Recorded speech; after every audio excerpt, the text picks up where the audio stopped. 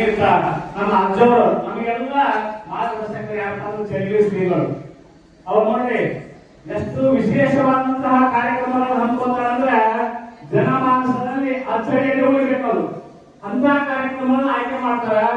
ಅದು ತಮ್ಮ ಸಮಕ್ಷಮದಲ್ಲಿ ನಮಗೆ ಏನ್ ನೆನಪು ಅಂತಂದ್ರೆ ನಾವು ಕ್ಲಾಸ್ನಲ್ಲಿ ಓದತಕ್ಕಂಥ ಸಂದರ್ಭ ನೆನಪು ಬರ್ತಾರೆ. ಇವತ್ತು ವೇದಿಕೆಯಲ್ಲಿ ಬಂದು ಕುಂತಾಗ ತಮ್ಮ ಎಲ್ಲ ಮಕ್ಕಳನ್ನ ನೋಡಿದಾಗ ನಾವು ನೀವೇನ್ ಕೂತಿರಲ್ಲ ಅದೇ ಸ್ಥಾನದಲ್ಲಿ ಹಾವೇರಿಯಲ್ಲಿ ಹುಕ್ಕೇರಿ ಮಠದಲ್ಲಿ 5ನೇ ಕ್ಲಾಸ್ ನಾನು ಓದ್ತಾ ಇದ್ದೆ.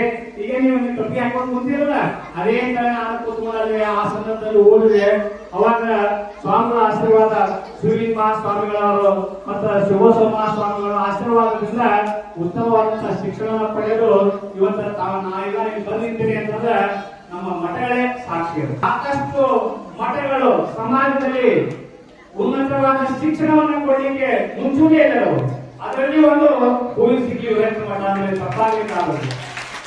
ಯಾಕಂದ್ರೆ 300 ಮಕ್ಕಳನ್ನ ತಲುಪತಕ್ಕಂತಹ ಮಾತೃ ಸ್ವರೂಪಿಯಾಗಿರ್ತಕ್ಕಂಥ ಜಗಲಿ ಶ್ರೀಗಳು ಬಹಳಷ್ಟು ವಿಶೇಷವಾಗಿ ಅವರನ್ನ ನಾವು ಕಾಣ್ತೇವೆ. ಯಾಕಂದ್ರೆ ಮನೆಗೆ 4-5 ಮಂದಿ ಹೆಚ್ಚು ಕಮ್ಮಿ ಬಂದ್ರೆ ಸುಧಾರಿಸಬೇಕಾಗುವುದಿಲ್ಲ. ದಿನಂಪ್ರತಿ 300 ಮಕ್ಕಳ ಆಹಾರವನ್ನ, ಬಟ್ಟೆಯನ್ನ, ಶಿಕ್ಷಣವನ್ನ ಕೊಡುವುದು ಒಂದು ಸಾಹಸದ ಕೆಲಸವೇ ಸರಿ.